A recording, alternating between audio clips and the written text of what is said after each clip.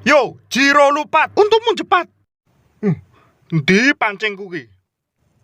Iki to, mripatku rada ngeblur ki bar mendem wedang ronde.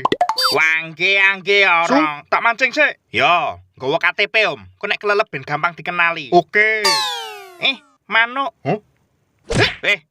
Get-geti wong kendel ae. Walah, manuk apa ki? Wah, cangkeme dawa tenan kok selebor Shogun. Coba tak cek mripate. Wah, kudu cepet digawa ki. Ning rumah sakit, ning wajan dirica-rica. Matane. Sing santun su. Oke. Piye? Mosok manuk udut ambune mbakul lintingan nih. Tuing. Aduh. Wah, lara tal. Walah, iki pencetan karcis parkir to. Pokoke malah dipencet-pencet. Iwake do nyaur poso iki ra gelem mangan. Tahu gelem. Mah, oseng-oseng ngungkal gemra. Oseng-oseng ngungkal. Modiar sing mangan. Yo ben, aku marketing kijing kuburan kok. Kayake senengane iwak iki.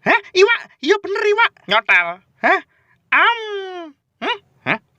Alah, boneka jebule. Mulai isine embut uwanen.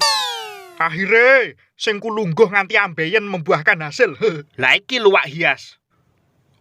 Tak golek mangan sik, Dus. Yo. Mosok aku dikeki oseng-oseng ngungkal. Ayo to wak iwak dipangan umpane. Strike. Weh. Loh, iwak apa kuwi? Ketoke digoreng enak. Karo sego anget masuk ki. Wetengku luwe tenan tel. Malah brengkali kulkas si matane. Duh, piye nasibe cangkem selebor Shogun kengko? Tenang wae. Paling digoreng. Kok ting slengkrah ngene?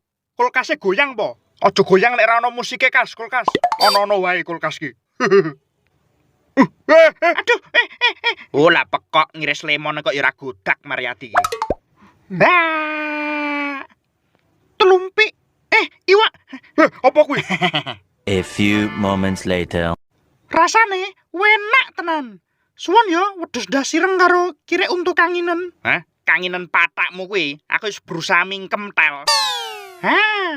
Mabur dhuwur melayang-layang. Ngrempeti wit gedang.